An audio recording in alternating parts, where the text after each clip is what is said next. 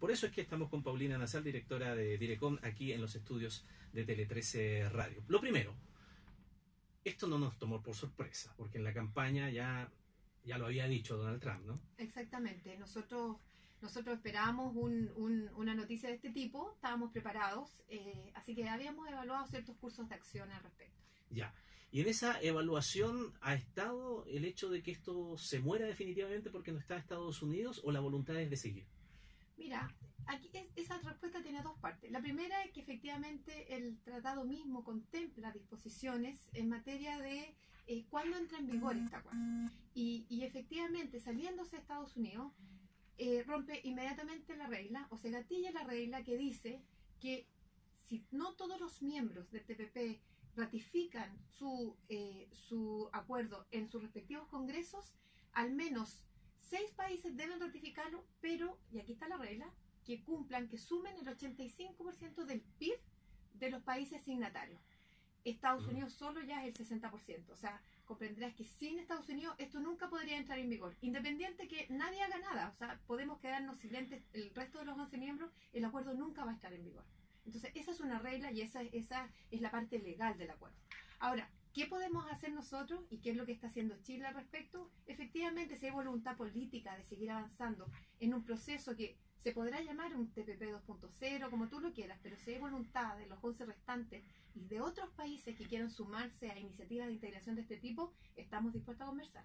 Ya, si Estados Unidos era aquí el socio mayoritario, podríamos buscar otro socio mayoritario. Y porque este acuerdo lo que establecía precisamente una gran zona económica, pero que dejaba fuera a China, por ejemplo. Entonces muchos piensan si China puede entrar en reemplazo en un TPP 2.0, como quiera llamársele, en reemplazo de Estados Unidos. Perfectamente, es perfectamente posible. Y nuevamente vuelvo al origen. Aquí se requiere voluntad política de todos los países que quieran seguir avanzando en esta línea. A propósito de la visita del presidente Xi Jinping en diciembre del año pasado, justamente conversamos estos temas. Y el presidente le planteó a la presidenta Bachelet su intención de avanzar y de seguir profundizando los procesos de apertura. El presidente Xi Jinping también en las pasadas reuniones de Davos también habló de esto, de la importancia de la globalización, de la importancia de la apertura y de la integración regional. En esa línea nosotros hemos invitado a China a seguir participando y en el extremo que sea parte de un acuerdo de este tipo. A ver, ha habido reuniones también, y hubo con la cumbre de la APEC también hubo posibilidad de conversar seguramente estos temas con los otros países. Esa disposición que muestra Chile, lo que está señalando, ¿es compartida por el resto de otros países con los que se ha conversado? Varios miembros han manifestado su interés de que China participe. Me gustaría justamente que nombraste el APEC, el Foro Económico del Asia-Pacífico, está impulsando una iniciativa aún más grande que se llama el Acuerdo de Libre Comercio del Asia-Pacífico, el FTAAP. En esa iniciativa están las 21 economías de APEC y en ella está China, está Indonesia, está Rusia. Son economías que no son miembros del TPP, pero que están dispuestos a impulsar una iniciativa de este tipo. Pero a su vez en la misma mesa está sentado Estados Unidos, que también está discutiendo y está favoreciendo una iniciativa de integración mucho más amplia que la del TPP. Entonces muchos otros países efectivamente quieren avanzar. Y si está China sentado a la mesa, Chile no se va a poner, por el contrario. Muy bienvenido. Ahora, ante la eventualidad de poder llevar adelante un TPP, ya que estamos utilizando el término 2.0, eso da la posibilidad de que con un nuevo integrante así grandote como China, eventualmente, se pueda revisar muchos de los puntos que a lo mejor hasta aquí parecían cuestionables, criticados al interior de nuestro país o de otros países también respecto de las condiciones que está poniendo Estados Unidos. Yo creo que eso es una situación que es ineludible en un acuerdo nuevo, porque finalmente va a ser un acuerdo nuevo. Y un acuerdo nuevo tiene que responder y tiene que finalmente terminar en balances que son los que los 12 países miembros originales del TPP buscamos y logramos llegar a un acuerdo. Con un miembro tan importante como China, los balances cambian, los intereses cambian. Y en esa línea seguramente muchas cláusulas y muchos capítulos pueden ser abiertos a renegociación. ¿Es más fácil negociar con Estados Unidos o con China estos temas? Mira, nosotros negociamos con los dos. Y te puedo decir que en ambos casos hemos tenido muy buena experiencia, pero sobre todo, más que la negociación, yo te digo que la implementación de ambos acuerdos ha sido muy exitosa para ambas partes. A ver, uno sabe que Estados Unidos tiene gobiernos con reelección, que el periodo es de 4 años, pero puede ser de 8.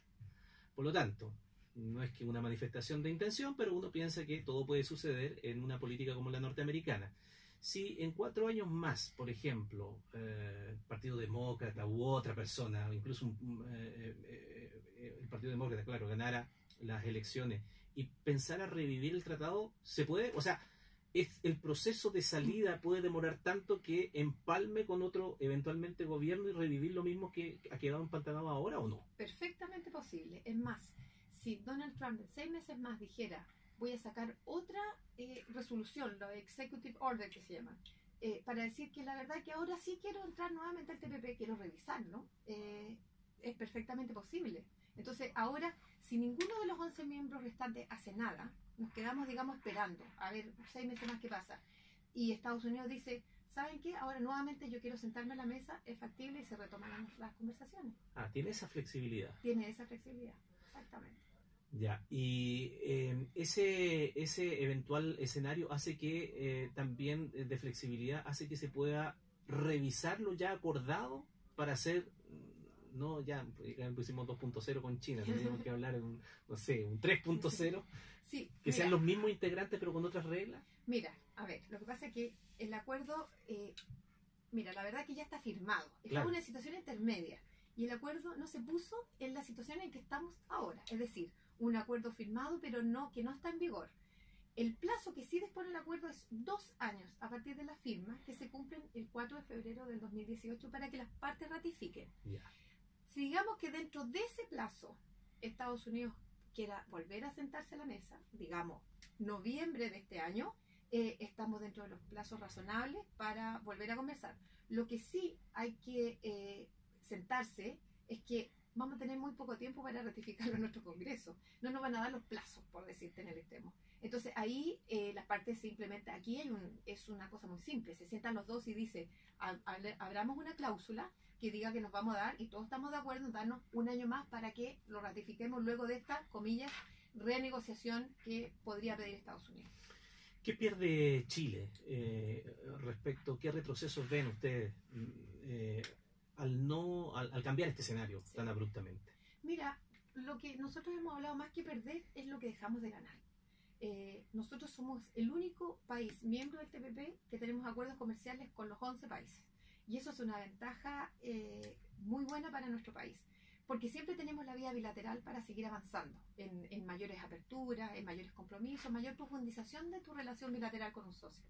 Sin embargo, nosotros tenemos varios estudios, no solamente para Chile, para los 12 países del TPP, en los cuales se cuantifican las ganancias que implicaría para cada uno de los países miembros a partir de la entrada en vigor de este acuerdo y de aquí al 2030. En el caso de Chile, se ha estimado, por ejemplo, un impacto adicional en el Producto Interno Bruto producto del TPP cercano al 0,5% del PIB. Hay estudios que dicen 0,9% del PIB, prácticamente un 1% extra de crecimiento del PIB al 2030. En materia de exportaciones, casi todos los estudios son concluyentes al decir que podríamos tener hasta un 5% extra de crecimiento en nuestras exportaciones de aquí al 2030. Inversión extranjera en nuestros países, por lo menos cerca de un 2% adicional de un stock de inversión extranjera en Chile, producto también del TPP.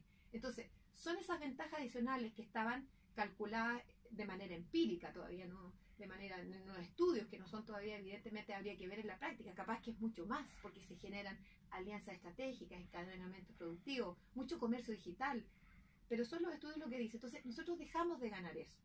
¿Cuál es la vía alternativa que tenemos? Varias, y todas las vamos a seguir. La vía bilateral, vamos a seguir con otros socios comerciales profundizando nuestros acuerdos vigentes, vamos a negociar con otros los cuales no tenemos acuerdo de libre comercio, por ejemplo con Indonesia.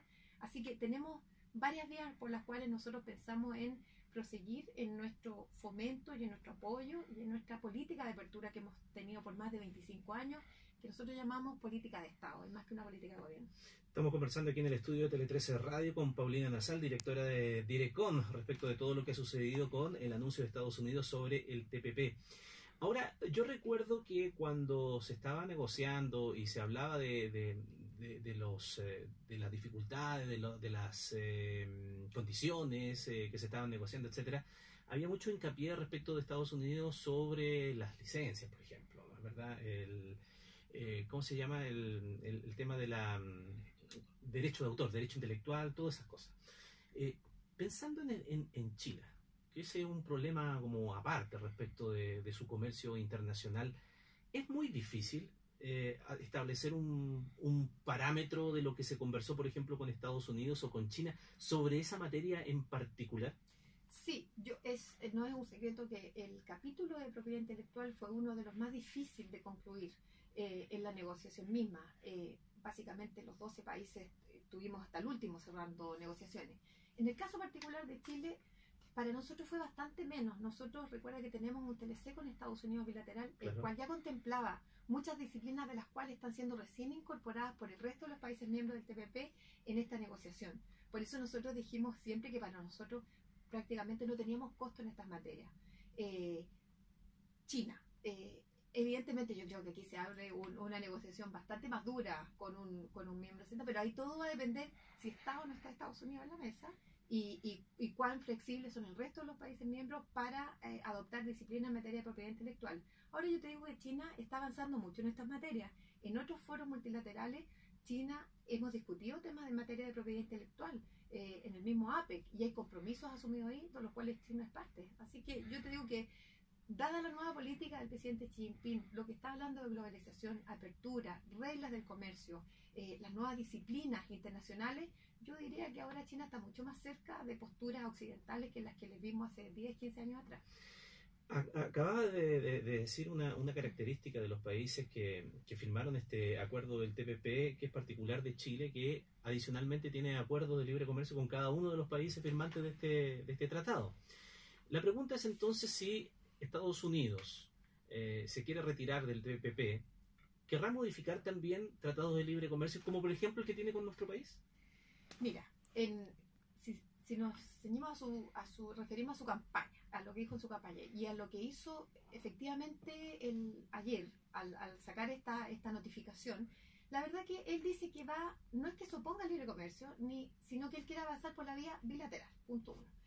Punto 2, él ha dicho expresamente que lo que sí va a modificar es el NAFTA, el Acuerdo de Libre Comercio Americano Norte.